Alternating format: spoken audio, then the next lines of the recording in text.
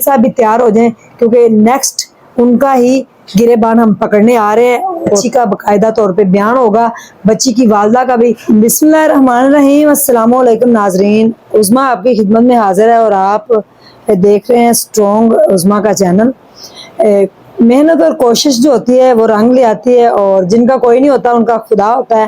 اور اگر آج یہ سوشل میڈیا نہ ہوتا تو پھر غریب کی کوئی نہ سنتا, اور دعائے زہرا بھی اپنے والدین سے کبھی بھی نہ مل پاتی. جس طرح سے ان کو ٹین ایج کے اندر ٹریپ کیا گیا اور اپنے گھر سے ان کو ٹریپ کر کے لے گئے, اور یہ میڈیا ہی کی پاور تھی, سوشل میڈیا کی پاور تھی اور لوگوں کی دعائیں تھیں جو زہرا آج اپنے والدین کے ساتھ ہنسی خوشی زندگی گزار رہی ہے. کتنا ہی ظلم کیوں نہ ہو, لیکن آخر نہ آخر ظلم کو ایک دن مٹنا ہی ہے اور باطل کو سامنے آنا ہی ہوتا ہے. رضوانہ کیس آپ سب جانتے ہیں, بچی جو ہے اس ٹائم کریٹیکل کنڈیشن کے اندر لاہور جنرل ہاسپٹل کے اندر ایڈمٹ ہے, آئی سی یو روم کے اندر ہے, جس کے اوپر تشدد کیا ایک معزز جو قانون کے رکھوالے ہیں جج عاصم حفیظ صاحب, ان کی بیگم نے. اور کہا یہ جاتا ہے کہ وہ ذہنی مریضہ تھی, جو کہ آپ نے کل کی بچی کی دادوں کی ویڈیو دیکھی ہوگی جس میں انہوں نے بتایا کہ اگر وہ ذہنی مریضہ تھی تو انہوں نے جج کو کیوں نہیں مارا, اپنے بچوں کو کیوں نہیں مارا, گلی محلے میں جا کے اپنے رشتہ داروں کو کیوں نہیں مارا. ایک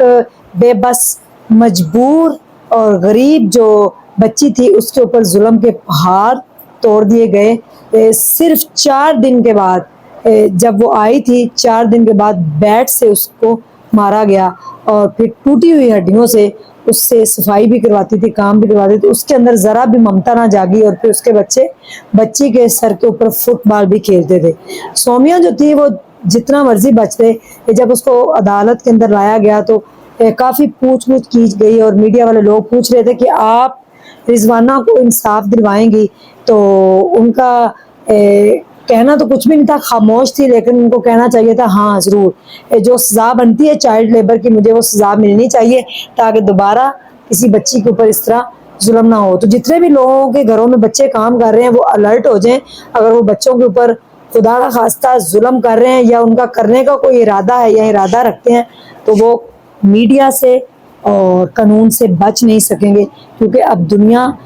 بہت سمجھدار ہو گئی. اب ذرا سی کوئی بات ہوتی ہے فوری طور پہ موبائل نکال کے اسی وقت ہائپ دی جاتی ہے, کیس کو ہائپ مل جاتی ہے. رضوانہ کیس کے اندر سوشل میڈیا انوالو ہوا, جب اس کی اپنی والدہ کو ملی تو وہ ایک خانہ بدوش لوگ ہیں, بیچارے غریب لوگ ہیں, اور ان کی تو اتنی بھی سخت نہیں کہ ایک وقت کا ان کے پاس کھانا ہوتا اور ایک وقت کا نہیں ہوتا. تو بچی جب ان کو جس حالت میں ملی, اگر یہ میڈیا نہ ہوتا اور اگر اس کا صحیح سے استعمال نہ کیا جاتا تو آج شاید جج کی بیوی اور وہ جج صاحب آرام سے بیٹھے ہوتے. لیکن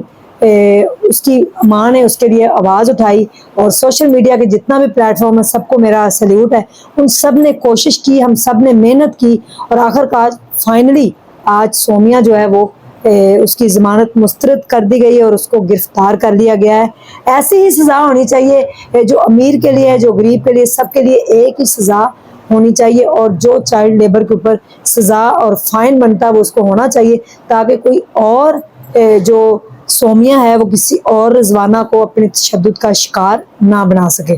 تو رضوانہ تو سہ گئی, اور اگر ہو سکتا ہے کہ سومیہ کو اب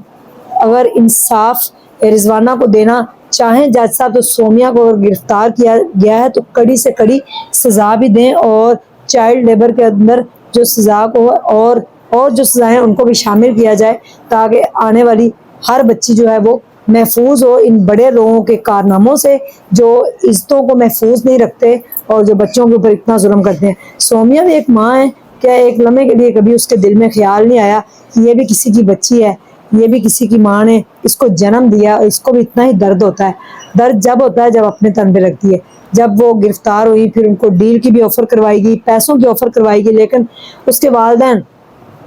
غریب ضرور ہیں لیکن انہوں نے کہا کہ ہم بے غیرت نہیں ہیں, اپنی بچی کا سودا کریں, ہم شہید تو ہو جائیں گے لیکن ہم اس کو معاف کبھی نہیں کریں گے, جو سزا بنتی ہے اس کو ملنی چاہیے. اور مجھے لگتا ہے کہ ان کے لائسنس جو ہیں جج صاحب کے وہ بھی کینسل ہونا چاہیے, اور وکیل صاحب جو ہیں جنہوں نے وہ جو شیوپورہ کے گاؤں سے بچی آئی ہوئی تھی ان کے ساتھ جو زیادتی کی ہے, وہ وکیل صاحب بھی تیار ہو جائیں, کیونکہ نیکسٹ ان کا ہی